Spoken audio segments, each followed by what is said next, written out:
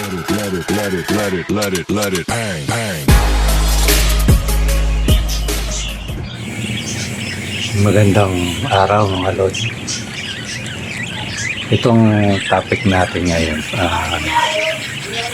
patungkol sa mga nagtatanong na kagaya rin natin na nag-iibon na kasi ako Lord, meron din naman ako hindi alam pa, marami pa. May mga nanonood sa atin, mga loads natin nung isang araw o gabi may nag-text sa akin, mga subscriber natin mga loads. Pinakita niya yung mga alaga niya through video niya, tapos picture.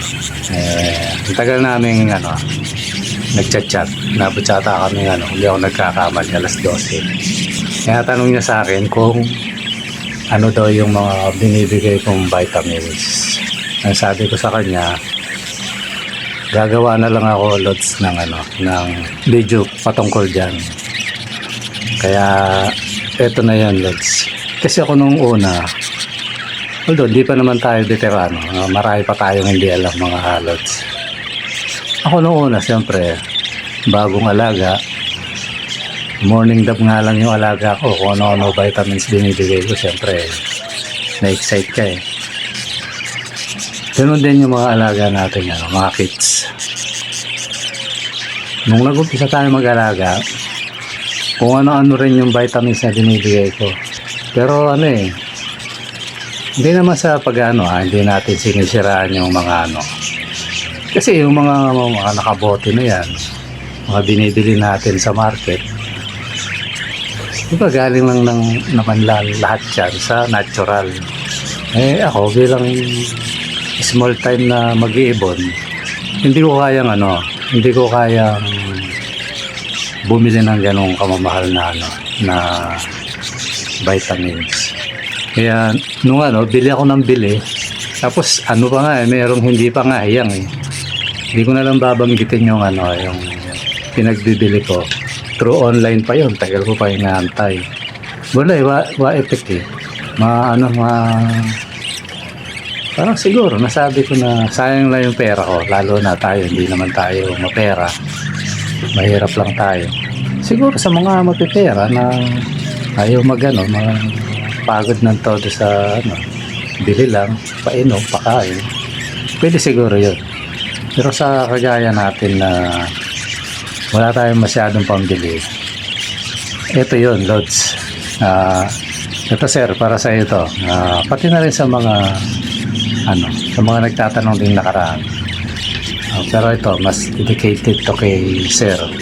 Yung isang gabi medyo ang haba ng namin ng chat namin pinakita niya nga yung mga ibon niya. Ayun, natuwa naman ako kasi sabihin si sir siya talagang sa mga alaga. Ayun, si Sir Kino Alexander. Sir, para sa iyo tong na to. Itong kasi may tanong siya kung yung vitamins na taga to. Parting Cavite. Ito yon mga loads. Para sa lahat na rin to. Noong una nagba-vitamins ako. Ang tagal walang kung ano binibili ko. Ngayon may kaka-research. Tayo naman lagi nakapokus sa YouTube. Ayun, yung mga napapanood ko, yung iba effective, yung iba hindi. Kaya yung sasabihin ko sa inyo yung effective.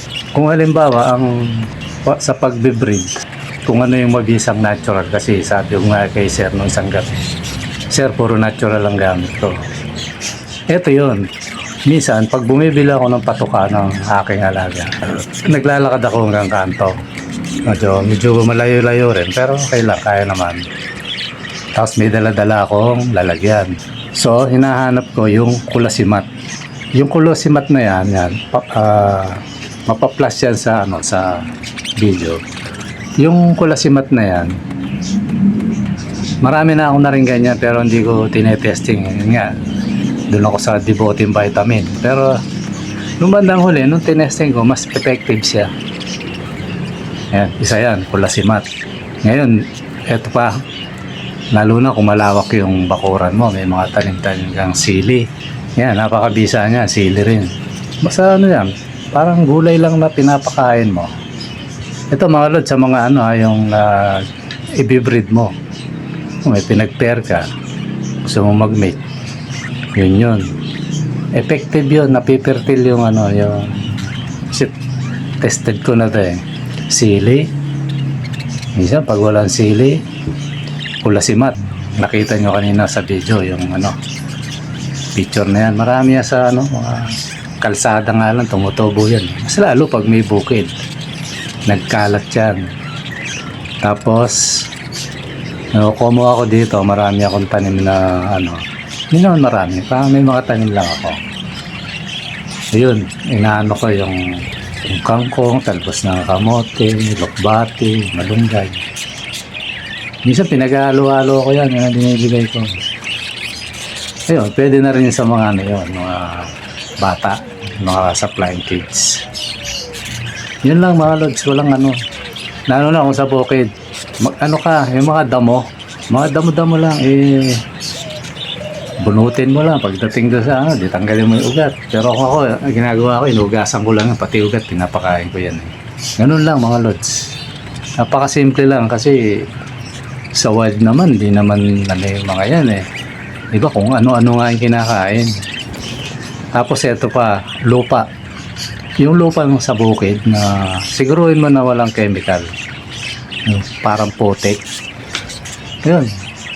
Ilagay mo lang kasi ano yan sa ibon eh. Parang pinaka gamot nila. Napanood ko rin yan sa National Geographic yata yun. Kaya napakasimple lang na kung mag-fertile o i-vitamins mo ano, na natural. Hindi ka gagastos ng malaki. Ito, sa mga kagaya ko na gusto ko natural.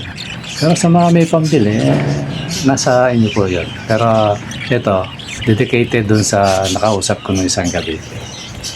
Kaya yan sir, para sa iyo. Sa mga susunod siguro, ano, magtanong lang kayo, kaya natin sagutin base sa karanasan natin. Hindi tayo magpapayo ng hindi natin ginagawa. Hindi maganda yun mga lods. Okay mga lods, hanggang dito muna. Tayo ano lang, maiksi lang. Tinapik ko lang to para kay Sir Kino. Sir Kino, shout out sa iyo from Cavite. Okay mga lods, hanggang dito na lang. Maraming salamat sa panonood. Hanggang sa muli sa Juniors TV. Thank you very much.